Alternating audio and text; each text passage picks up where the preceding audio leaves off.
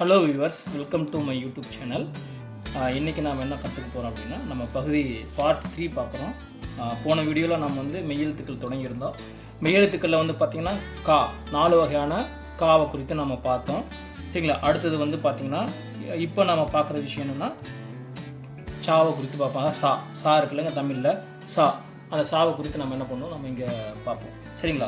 எப்படி கால 4 கா இருந்ததுன்னு நம்ம பார்த்தோமோ, கக்கா கக்கான்னு சொல்லிட்டு, அதே மாதிரி சாலையும் பார்த்தீங்கன்னா 4 வகையான சா இருக்குது. இது உங்களுக்கு போன வீடியோலேயே ஓரளவுக்கு புரிஞ்சிருக்கும், அந்த 4 கா எப்படி ஃபார்ம், அதாவது உச்சரிப்பு எப்படி வருதுன்னு சொல்லிட்டு. இதுலேயும் அதே மாதிரி தான் பாருங்கள், வெறும் சா. ஓகேங்களா? சா அப்படின்னு சொல்கிறோம்ல, அது சா. சா, இச்சா, இச்சா, அதாவது கொஞ்சம் அப்படியே லைட்டாக கொஞ்சம் அழுத்தி சொல்லணும். இச்சா, சச்சா. அடுத்தது ஜா, ஜஜ்ஜா. ஓகேங்களா? சச்சா ஜஜ்ஜா, சச்சா ஜஜ்ஜா. இதை எப்படி நாம் எழுதுகிறோம் அப்படின்னு நம்ம கற்றுக்குவோம். ஓகேங்களா? இதுவும் சிம்பிளான ஒரு வழி தான். இது எப்படின்னு பார்த்தீங்க அப்படின்னா, இங்கே பாருங்கள், எளிமையான முறையில் உங்களுக்கு சொல்லிக் கொடுக்குறேன். இங்கே பாருங்கள், இப்படி போட்டால் எப்படி இருங்க, ஒரு கரண்டி மாதிரி வச்சுக்கோங்களேன், ஒரு கரண்டி மாதிரி. ஓகேங்களா? இந்த மாதிரி போட்டு ஒரு டீ போட்டு விட்டுறீங்க. இவ்வளோதாங்க. இதுதான் சா. ஓகேங்களா? அதான் ஃபஸ்ட்டு சா. ஓகேங்களா? ஃபஸ்ட்டு சா. ஓகேங்களா? சா அப்படின்னு சொல்லுவாங்க, ஃபஸ்ட்டு சா. ஓகேங்களா? இதை பார்த்தீங்கன்னா ஞாபகம் வச்சுங்க, சா. ஓகேங்களா? அடுத்தது இன்னொருக்க நான் கூட போட்டு காட்டுறேன் பாருங்கள், ஞாபகத்தில் இருக்கிறவங்களுக்காக. ஒரு ஸ்பூன் மாதிரி போட்டு, கரண்டி மாதிரி போட்டு டீ போட்டு விட்டீங்க அப்படின்னா இது சா. ஓகேங்களா? அடுத்தது சா அப்படின்னு, ரெண்டாவது சா அப்படின்னு பார்த்தீங்க அப்படின்னா சிம்பிள் தான். 3ஆம் நம்பரை திருப்பி போடணும். அதாவது 3ஆம் நம்பரை திருப்பி கொஞ்சம் சைடு வாக்கில் எப்படி போடணும், இப்படி போட்டு ஒரு ரவுண்டு போட்டு விட்டுறீங்க, ஒரு முட்டை போட்டு விட்டுறீங்க. போட்டு விட்டு மேலே சின்னதாக ஒரு டீ போடுறீங்க. இது சா. இது சா, இச்சா அப்படிங்கிற மாதிரி நீங்கள் படிக்கணும். சா. ஓகேங்களா? அந்த உச்சரிப்பு உங்களுக்கு அப்படி வரணும், சா. இப்போ 2வது சா இப்படி தான் உங்களுக்கு என்ன ஆகுங்க, ஹிந்தியில் எழுதுவாங்க. அடுத்தது 3வது ஜா. இங்கே பாருங்கள், யூ போட்டு ஒரு கோடு போட்டு ஒரு டீ போடுறீங்க. இதுதான் ஜா. இதுதான் ஜா. ஞாபகத்தை வச்சுங்க. யூ போட்டு ஒரு கோடு போட்டு டீ போட்டிங்கன்னா இதுதான் ஜா. மறுபடியும் கூட நான் போட்டு காட்டுறேன். யூ ஒரு டீ, இதுதான் ஜா. ஹிந்தியில் இதுதான் ஜா. இதை மனசில் வச்சுக்கோங்க. சரிங்களா? அதாவது நீங்கள் ஏற்கனவே பார்த்தீங்கன்னா ஒரு கரண்டி, அந்த கரண்டி இப்படி திருப்பி போடுங்க. சரிங்களா? திருப்பி போட்டிங்கன்னா எப்படி உங்கள் மனசில் நிற்கிதோ அந்த மாதிரி நீங்கள் என்ன பண்ணுங்கள், ஞாபகத்தில் வச்சுக்கோங்க. அடுத்தது ஜா எப்படின்னு சொல்லி பார்த்தீங்க அப்படின்னா சிம்பிள் தாங்க.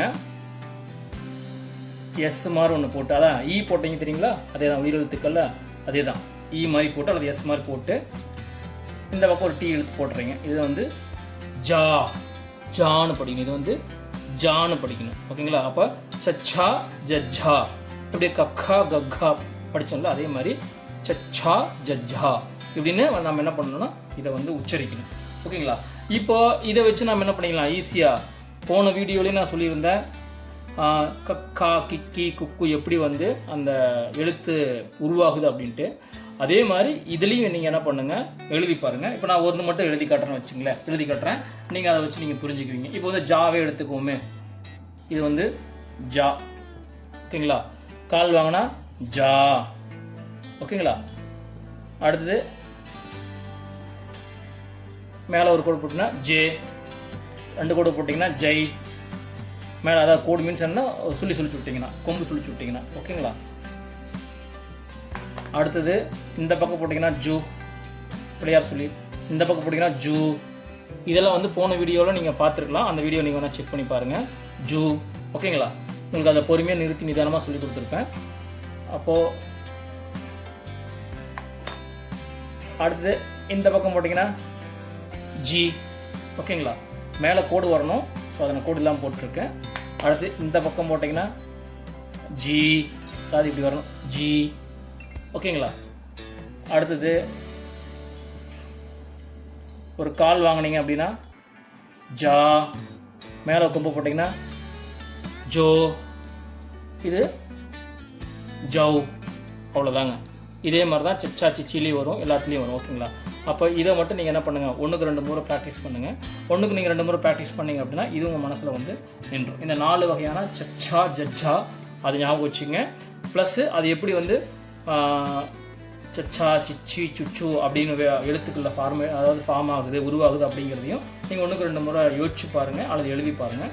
எழுதி பார்த்தீங்கன்னா உங்களுக்கு என்ன ஆயிரும், ஈஸியாக உங்களுக்கு ஞாபகத்தில் நின்றும். உங்களுக்கு இதை வச்சு நீங்கள் என்ன பண்ணலாம், அடுத்தது பேச ஆரம்பிக்கலாம், படிக்க ஆரம்பிக்கலாம், எழுதவும் ஆரம்பிச்சிடலாம். இப்போ இதிலிருந்து நாம் பார்க்கக்கூடிய விஷயம் என்னென்னா, இதிலிருந்து இப்போ நம்ம பார்த்தோம் இல்லைங்க, இந்த எழுத்துக்கள்லேருந்து உருவாகக்கூடிய வார்த்தைகளை நம்ம பார்ப்போம். இந்தியில் எப்படி வார்த்தைகள் உருவாகுது அப்படின்னு நம்ம பார்ப்போம். சரிங்களா? இது என்னன்னு நம்ம பார்த்தோங்க, ஜா. சரிங்களா? கால் வாங்கினீங்கன்னா ஜா. ஓகேங்களா? ஜா.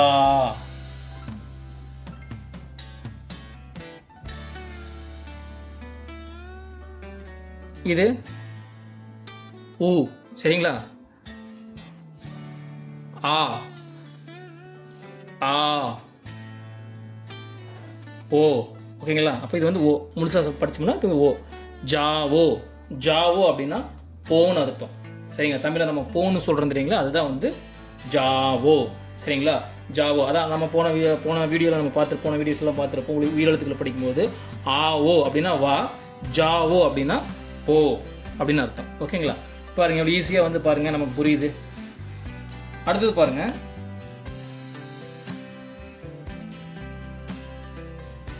இது நம்ம என்ன பார்த்தோம், சா அப்படின்னு பார்த்தீங்களா? இப்படி மேலே போட்டா சே. இது வந்து என்னன்னா 6ஆம் நம்பர், வேற ஒன்றும் இல்லைங்க.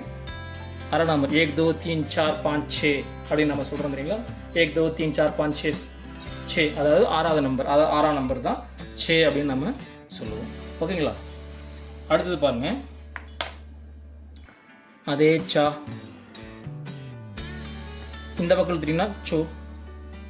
சரிங்க, இந்த பக்கம் எடுத்தீங்கன்னா சு. இது என்னங்க, ஓ. சுவோ அப்படின்னா தொடுன்னு அர்த்தம், டச் பண்ணுறது. சுவோ அப்படின்னா தொடு அப்படின்னு அர்த்தம். ஓகேங்களா? அடுத்தது பாருங்க, இது வந்து சா. ரெண்டாவது ஃபஸ்ட்டு சா, அடுத்து கால் வாங்கினீங்கன்னா சா. இதை இன்னொரு டைம் போடுங்க, சாச்சா. சாச்சானா அங்கிள், சித்தப்பா அப்படின்னு அர்த்தம். ஓகேங்களா? இது வந்து ஞாபகம் வச்சுங்க, சாச்சா அப்படின்னு நம்ம சொல்கிறோம். இப்போ இந்த மாதிரி தான் என்ன ஆகுதுன்னா வார்த்தைகள் உருவாகுது. அப்போ 1க்கு 2 முறை நீங்கள் என்ன பண்ணுங்கள், இந்த எழுத்துக்கள்லாம் ஞாபகம் வச்சுட்டிங்க அப்படின்னா இதை வச்சு தான் ஈஸியாக ஃபார்ம் ஆகும். இப்போ நீங்கள் பார்க்கும் பொழுதும் உங்களுக்கு ரொம்ப கடினமாக இருக்கிற மாதிரி தெரியும். ஆனால் நீங்கள் 1க்கு 2 முறை ப்ராக்டிஸ் பண்ணிட்டீங்கன்னா எதுவுமே வந்து ஈஸி தானுங்க. சரிங்களா? இது படித்தவங்களா இருக்கட்டும், படிக்காதவங்களா இருக்கட்டும், 1க்கு 2 முறை பார்க்குறீங்க, அதை எழுதி பார்க்குறீங்க, அதை படிக்கிறீங்க அப்படின்னா உங்களுக்கு ஈஸியாக மனசில் நின்றுடும். ஓகேங்களா? ஜஸ்ட்டு கொஞ்ச நேரம் உட்காந்து ஜஸ்ட் ப்ராக்டிஸ் மட்டும் பண்ணுங்கள். இது ஒரு முறை நீங்கள் பண்ணிட்டீங்கன்னா, இப்போ இந்த சைக்கிள் ஓட்டி ஒரு முறை பழக்கிட்டீங்கன்னா அதுக்கப்புறம் வாழ்நாள் முழுசும் அதை ஞாபகத்தில் இருக்கும், அதை மறக்க முடியாது. அதே மாதிரி தான் இதுவும் பார்த்தீங்க அப்படின்னா 1க்கு 2 முறை நீங்கள் மனசில் வச்சுட்டீங்க, மனசில் உங்களுக்கு பதிஞ்சிருச்சு அப்படின்னா இதுக்கப்புறம் உங்களுக்கு வந்து அது அப்படியே மனசில் பதிஞ்சிச்சுன்னா ஈஸியாக நீங்கள் பேச ஆரம்பிச்சிடலாம். பர்மனெண்ட்டாக உங்கள் மனசில் பதிஞ்சு பர்மனெண்ட்டாக நீங்கள் பேச ஆரம்பிச்சிருவீங்க. ஓகேங்களா? ஸோ அப்போ தைரியமாக நீங்கள் என்ன பண்ணுங்கள், இதை 1க்கு 2 முறை ப்ராக்டிஸ் பண்ணி பாருங்கள். நான் மறுபடியும் என்ன பண்ணுறோம், அடுத்த வீடியோவில் நம்ம அடுத்த எழுத்துக்களை குறித்து நம்ம பார்ப்போம். இந்த வீடியோ உங்களுக்கு பிடிச்சிருந்தா நீங்கள் ஷேர் பண்ணுங்கள், லைக் பண்ணுங்கள், சப்ஸ்கிரைப் பண்ணிடுங்க. உங்களுக்கு இன்னும் ஏதாவது சந்தேகங்கள் இருந்தால் கமெண்ட் கூட பண்ணுங்கள், நான் உங்களுக்கு முடிஞ்ச வரைக்கும் ரிப்ளை பண்ணுறேன். ரொம்ப நன்றிங்க.